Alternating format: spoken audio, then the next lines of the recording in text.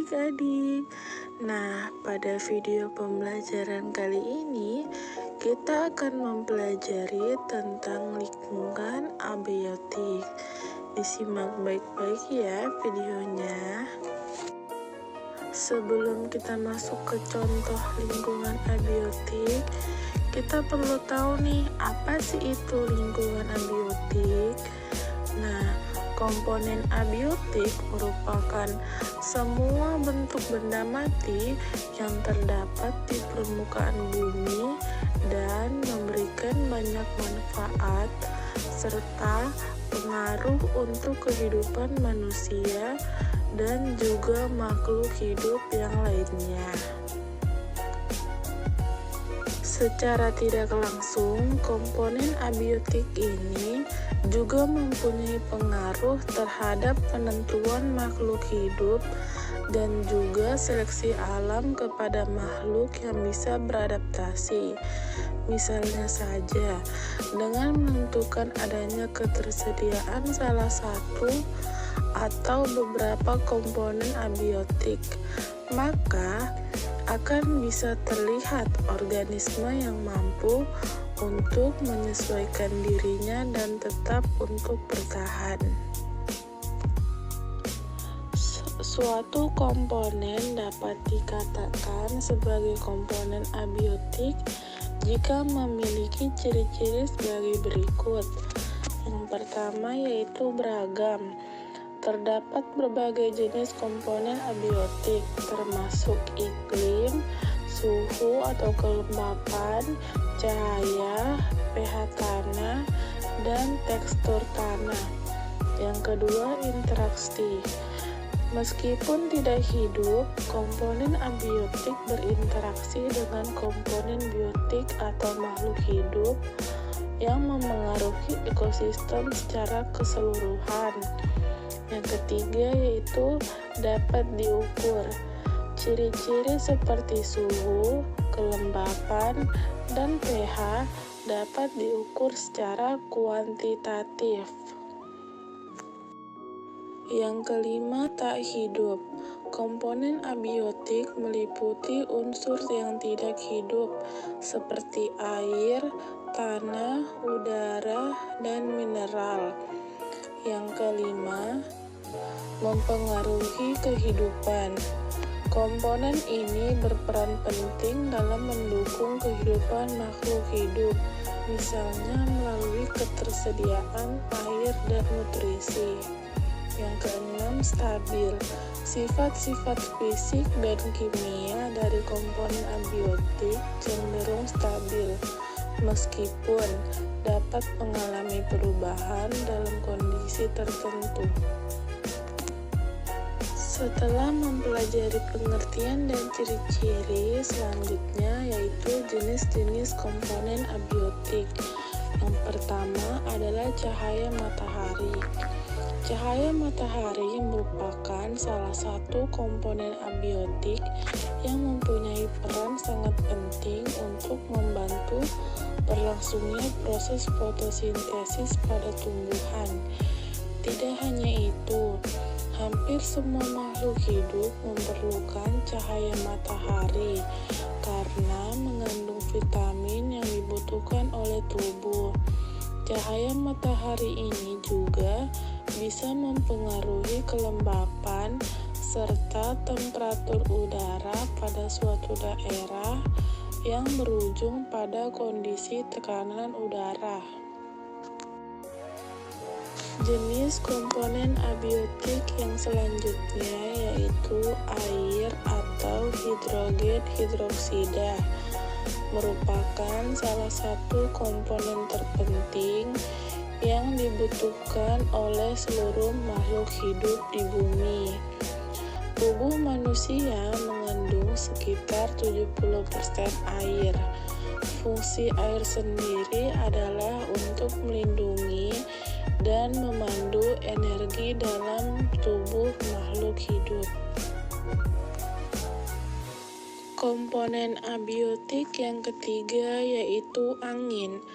Angin merupakan aliran udara yang berasal dari terjadinya rotasi bumi dan karena adanya perbedaan tekanan udara yang ada di sekitarnya. Angin mempunyai peran penting dalam mempengaruhi suhu lingkungan dan membantu terjadinya proses evaporasi ataupun penguapan untuk para organisme. Komponen abiotik yang selanjutnya adalah kelembapan. Kelembapan merupakan hasil dari konsentrasi uap air yang ada di udara, di mana kelembaban ini secara langsung bisa memberikan pengaruh kepada iklim dan secara tidak langsung memiliki pengaruh pada pertumbuhan makhluk hidup, khususnya untuk tumbuhan. Komponen abiotik yang selanjutnya adalah bebatuan dan tanah. Komponen abiotik berupa bebatuan dan tanah juga memiliki peran yang cukup penting dalam persebaran organisme dengan struktur fisik, pH, dan kandungan mineral yang bervariasi di dalamnya. Bebatuan dan juga tanah tidak bisa terpisahkan. Bebatuan tanpa adanya tanah tidak akan bisa ditempati oleh makhluk hidup. Begitupun sebaliknya. Selain itu, jenis tanah, tekstur, dan komposisi partikel tanah, derajat keasaman, dan kandungan garam mineral bisa mempengaruhi kualitas dari tanah tersebut. Selanjutnya adalah komponen abiotik, yaitu garam mineral. Garam mineral merupakan senyawa yang berada di dalam tanah. Adapun fungsi dari garam mineral ini adalah untuk membantu proses metabolisme dan pertumbuhan dari suatu organisme.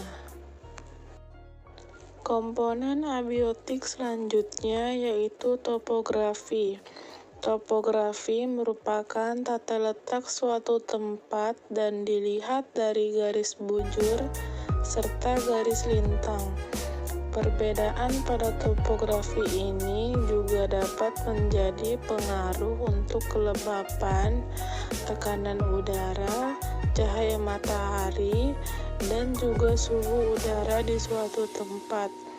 Selain itu, topografi juga bisa menggambarkan pendistribusian suatu organisme. Jenis komponen abiotik selanjutnya yaitu iklim. Iklim merupakan sebuah kondisi ataupun keadaan hawa pada wilayah tertentu dalam periode waktu yang cukup lama. Iklim sendiri bisa terbentuk sebagai akibat interaksi dari berbagai komponen abiotik lainnya, seperti udara, air, suhu, curah hujan, cahaya matahari, kelembapan, dan lain sebagainya. Jenis komponen abiotik selanjutnya yaitu derajat keasaman atau pH. pH adalah ukuran tingkat keasaman atau basa pada suatu benda yang bisa diukur dengan skala 0 sampai 4. Misalnya saja, nilai pH tanah yang sangat cocok untuk ditanami tumbuhan yaitu memiliki nilai pH berkisar antara 5,8 sampai 7,2. Kadar pH yang baik juga bisa dipengaruhi oleh penggunaan pupuk, aktivitas akar tanaman, curah hujan, dan penguraian mineral yang berada di dalam tanah. Jenis komponen abiotik yang terakhir yaitu udara. Udara merupakan komponen abiotik yang menjadi salah satu kebutuhan primer dari semua organisme yang berfungsi untuk sistem pernapasan. Sementara itu, karbon dioksida adalah hasil dari respirasi makhluk hidup dan dihasilkan oleh manusia dan hewan. Pada video pembelajaran kali ini, kita telah mempelajari pengertian komponen abiotik, ciri-ciri komponen abiotik, serta apa saja yang termasuk pada komponen abiotik. Nah, selanjutnya adalah kesimpulan. Kesimpulan pada video pembelajaran kali ini adalah komponen abiotik adalah unsur-unsur non-hidup dalam kehidupan dalam ekosistem yang meliputi air, tanah, udara, cahaya, dan lain-lain. Meskipun tidak memiliki ciri-ciri kehidupan, komponen abiotik memiliki peran yang sangat penting dalam mendukung kehidupan di bumi, menyediakan sumber daya, dan kondisi yang diperlukan untuk pertumbuhan dan perkembangan makhluk hidup. Oleh karena itu, menjaga kualitas dan berkelanjutan komponen abiotik sangat krusial untuk kelangsungan hidup dan kesehatan lingkungan.